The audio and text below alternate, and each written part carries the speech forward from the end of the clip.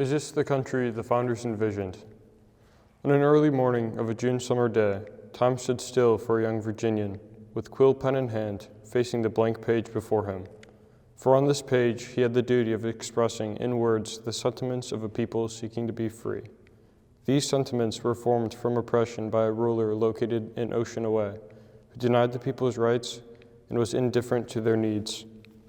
But as pen touched paper in Philadelphia that day, an emerging vision was revealed of equality, liberty, and independence. Just over a decade later, this vision became more defined in language crafted by another Virginian, who set forth rights that would prove timeless and enduring, such as freedom of speech, freedom of religion, and due process under the law.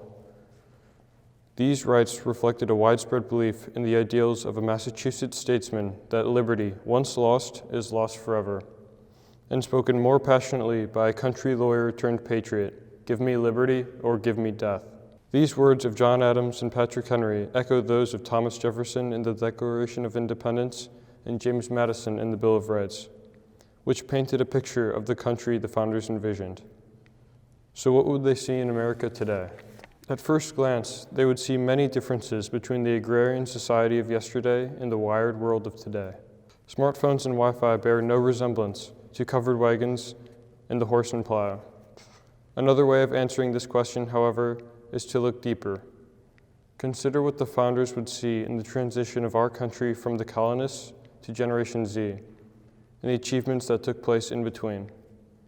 From this perspective, they would see a country that fought bitterly to the point of civil war for the self-evident truths that all men are created equal, achieving freedom from slavery for African American citizens. They would see a country where a long struggle took place to allow women to vote, resulting in a constitutional amendment establishing equality in the most basic right of citizenship. They would see a country which time and again, and despite danger, has defended liberty beyond its shores for people seeking freedom, on the beaches of Normandy, in the jungles of Iwo Jima, or through the reeds of the Mekong Delta. They would see a country where political debates remain as fierce as they were among the founders themselves, but which has maintained the structure of democracy they designed, with government divided into three branches: checks and balances, and peaceful transitions of power. Finally, they would see a people who rise to meet challenges, like putting a man on the moon or fighting a global pandemic, proving George Washington right in observing, during the American Revolution, that perseverance and spirit have done wonders in all ages. In Independence Hall in 1776, the founders envisioned a country based on the principles of liberty, equality, and perseverance. These have been the common threads of American history, evident in our nation's most critical moments.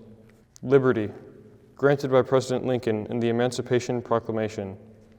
Equality, called for by the Reverend Martin Luther King Jr. in his "I Have a Dream" speech. Perseverance, inspired by President George W. Bush, speaking through a bullhorn at Ground Zero. Because these principles have been embodied by the American people since our country's founding, and because they continue to define America's unique identity today, this is the country the founders envisioned.